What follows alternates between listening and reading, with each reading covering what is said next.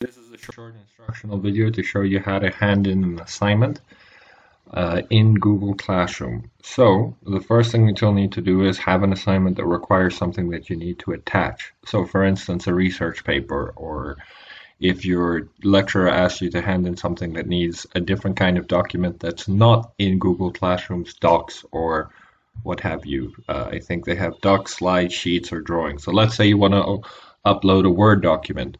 This is a short instructional video of how to do that. So the first thing that you will need obviously is your Word document, and you need to know where it's saved. So mine is research paper is what I've labeled it right here on my home screen.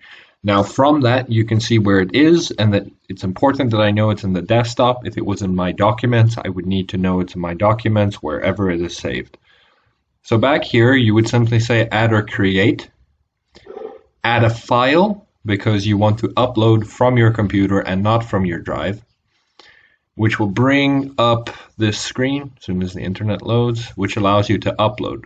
So what's nice here is you can either select from device and you can go find it, or if you're willing to take this adventure, let's see if I can do this here, just drag and drop it. So right there, drag and drop.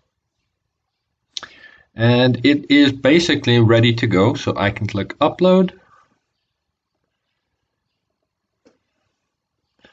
When it's done uploading, it'll be attached, and there you have it. Your Word document will be added as an assigned attachment. And then you can just click turn in. Got it.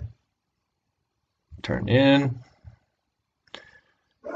And that's how you would hand in a Word document. You can also do this for a number of other types of options. Let's say, for instance, if your lecturer asked you to record something that you needed to do, you could upload it to your laptop or device and simply attach it that way. Thank you very much.